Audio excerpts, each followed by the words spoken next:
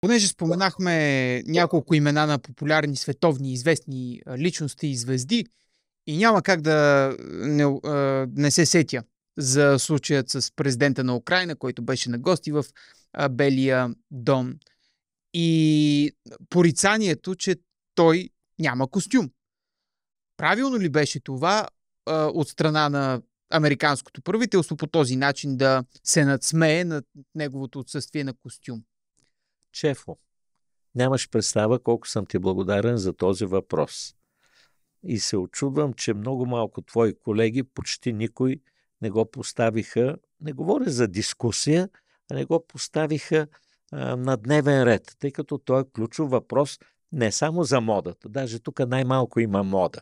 Мода схващана в смисъл суета или пък желание да изглеждаш различно и така нататък. А модата и по-конкретно облеклото като много важна част от политическата комуникация. А в случая ставаше дума за комуникация на най-високо междудържавно ниво, тъй като това е среща на най-високо равнище между двама президенти. Нека да се върнем малко назад във времето. Когато започна войната в Украйна, Зеленски започна и установи без никакви изключения военизиране си стил на обличане. Било с камуфлажна риза, с военизирана тишъртка или пък някакъв половер, който пак е в цвят милитари. Така ли беше? Така беше. Той не е изменял на този свой стил. Това ново ли е в политиката? Съвсем не е. Кой беше един от първите, който го правеше? Фидел Кастро. На времето той нон-стоп беше и в България, като е гостувал и навсякъде с своето команданте. Облекло на командир, облекло военно, което означаваше, че революцията винаги ще продължава и ние ще защитаваме нашата свобода, нашата победа. Така че това беше нещо съвсем разбираемо, обяснимо. Дори аз съм писал анализи за Зеленски и за този негов стил, противопоставяйки го пък на Путин, който почти през цялото време до ония ден, когато отиде в Курск, ако се забелязал, вече облечен в военна униформа. Но в случай говорим за Зеленски и за казуса в Белия дом. По принцип, ние с теб не можем да знаем дали по протокол е имало указание и изискване той да спази този дрес-код. Именно официален дрес-код, който предполага костюм и вратовръзка. Тъй като общо взето е прието на такива срещи от гледна точка на дипломатическия и междудържавния протокол, съответно госта да бъде в синхрон и в хармония естетическа, визуална с своя домакин. Може би си спомняш, че Джастин Трудо преди години, когато беше в Индия, той и семейството му облякоха сари, бяха с индийска носия и така нататък.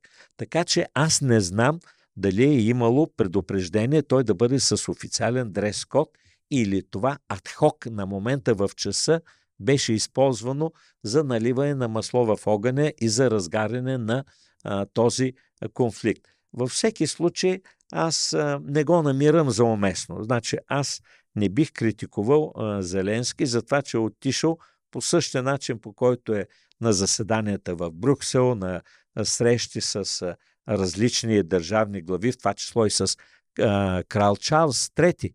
Той пак беше облечен по същия начин. Но ако е имало такова изискване и той е нарушил протокола, това може да се сметне за грешка, но не, разбира се, и за повод той да бъде разпънат на кръст заради това.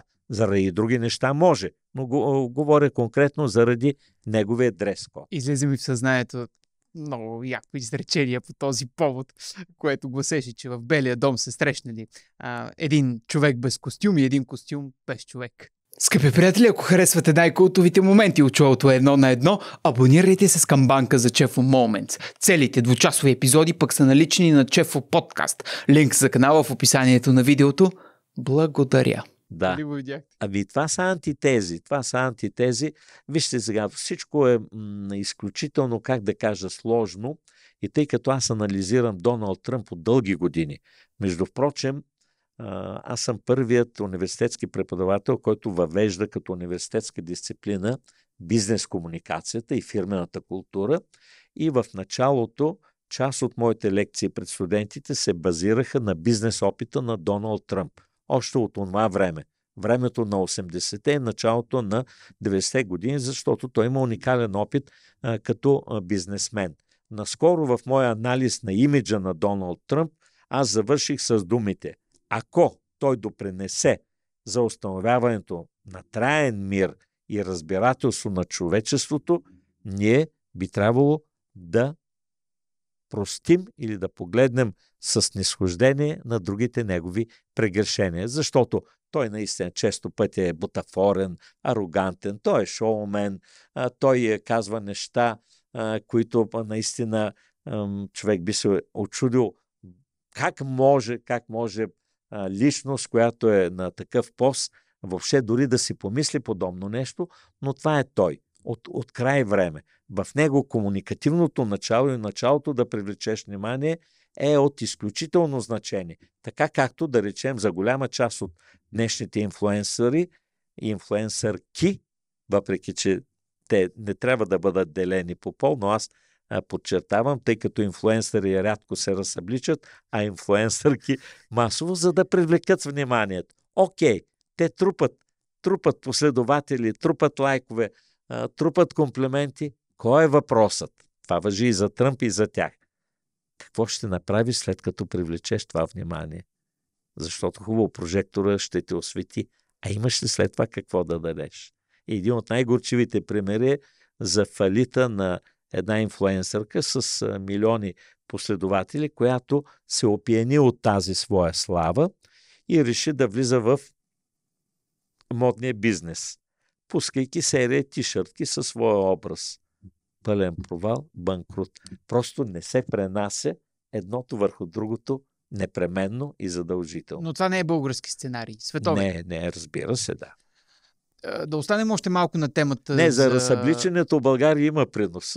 Ако говорим за разсъбличането, България има принос. Това е ясно, като си видиш Инстаграм фида и ти става ясно, че ще кажа нещо, което е ключово, че все повече наши дизайнери отказват да наемат модели, които се разговат прекалено много.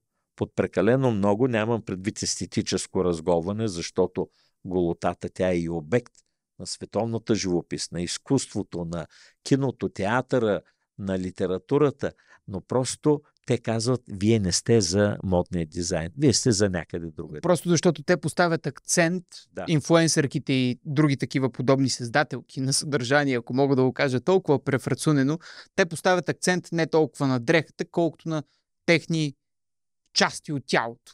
Да, точно това така. Е и смисъл, твърде, нали? Дори то е и натурално, и брутално, и арогантно, и ненужно.